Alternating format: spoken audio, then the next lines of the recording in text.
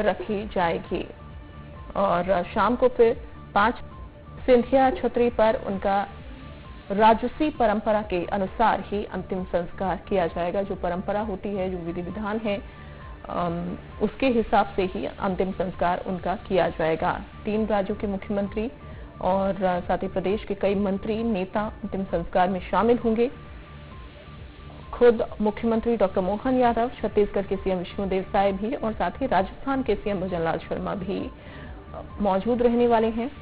नेपाल, वडोदरा और जम्मू के राजघराने के सदस्य भी मौजूद रहेंगे। ग्वालियर से विनोद हमारे साथ जुड़ गए हैं। विनोद, क्या अपडेट है? बताया जा रहा था कि 11 बजे तक ग्वालियर पहुंच जाएगा पार्थिव शरीर। क्या अपडेट है अभी आपके पास? देखिए, अभी जो जानकारी मिल रही है उसमें ये बताया गया है कि लगभग 12 बजे के करीब ग्वालियर एयरपोर्ट पर उनका पैतृक शरीर पहुंचेगा और उसके बाद एयरपोर्ट से ग्वालियर के इसी जयविलास पैलेस में उनका पैतृक शव लाया जाएगा। क्योंकि लोगों का आने का सिलसिला शुरू हो गया है। ये देखिए, ग्वालियर के जयविलास पैलेस का एक वो प्रमुख प्रवेश द्वार है जहां से लोगों का आवागमन अभी प्रतिबंधित किया हुआ है, लेकिन बाकी जो अन्य दरवाजे हैं वहां से लोगों का आने का क्रम लगभग 2 घंटे पहले से चल रहा है। तो कहीं ना कहीं देखिए, जिस तरह से उम्मीद जताई जा रही है इसमें कि ऐसी संभावना है तकरीबन 25-30 हजार के करीब लोग आज राजमाता माधवी राजे सिंधिया की अंतिम दर्शन यात्रा में शामिल होंगी। तो उसके लिए शहर में तमाम तरह की व्यवस्थाएं भी की गई हैं। थोड़ी देर बाद यहाँ पर ग्वालियर में जब उनका पैतृक शरीर पहुंचेगा तो लोग एयरपोर्ट से लेकर और जयविलास पैलेस तक बड़ी संख्या में पूरा कारकेट लगाया गया है। पुलिस और प्रशासन की व्यवस्था भी यहाँ पर है। साथ ही मैं बता दूं, 3 राज्यों के मुख्यमंत्रियों की छत्तीसगढ़, राजस्थान और मध्य प्रदेश के इसमें शामिल होने की पूरी संभावना है। उनका कार्यक्रम आने का बताया गया है।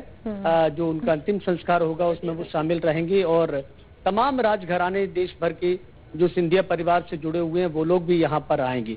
अब देखिए, उनके अंतिम दर्शन के लिए इंतजार किया जा रहा है कि कब राजमाता माधवी राजे सिंधिया का पैतृक शरीर ग्वालियर पहुंचेगा और उसके बाद लोग उनके अंतिम दर्शन कर सकें। क्योंकि यहाँ से जब उनका पैतृक शव पहुंचेगा तो जो जयविलास पैलेस का पोर्च और परिसर है रानी महल में उनको रखा जाएगा, जहां 3 घंटे तक लगभग 12 सवा 12 से लेकर 3 सवा 3 बजे तक लोग उनके अंतिम दर्शन कर सकेंगे। और उसके बाद जो अंतिम यात्रा होगी यहाँ से सिंधिया की छतरी तक, उसमें बड़ी संख्या में लोग शामिल होंगे। विनोद, क्या इसी गेट से उनका पार्थिव देह अंदर ले जाया जाएगा? जो गेट हम देख पा रहे हैं तस्वीरों में, इसके अलावा ये भी बताइए यहाँ पर किस तरीके की सुरक्षा व्यवस्था कर रखी है? चूंकि ये जाहिर सी बात है कि पूरे ग्वालियर वासियों के दिलों में माधवी राजे सिंधिया बसती थी, उतना प्यार और सम्मान उनको दिया जाता था ग्वालियर वासियों की ओर से।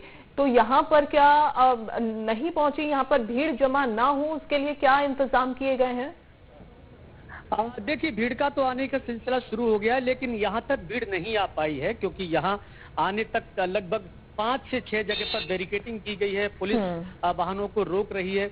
केवल जो पत्रकार हैं इस अंतिम यात्रा को कवर करने की अनुमति है। थोड़ी देर बाद यहाँ और वीवीआईपी जो हैं उनका आने का सिलसिला शुरू हो जाएगा, क्योंकि इसी से लगा हुआ लगभग 150 मीटर की दूरी पर एक और रानी महल प्रवेश द्वार है।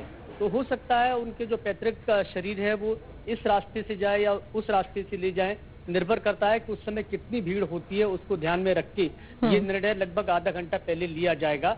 लेकिन फिलहाल हम देख रहे हैं कि तमाम लोगों की गाड़ियां अंदर आना शुरू हो गई है।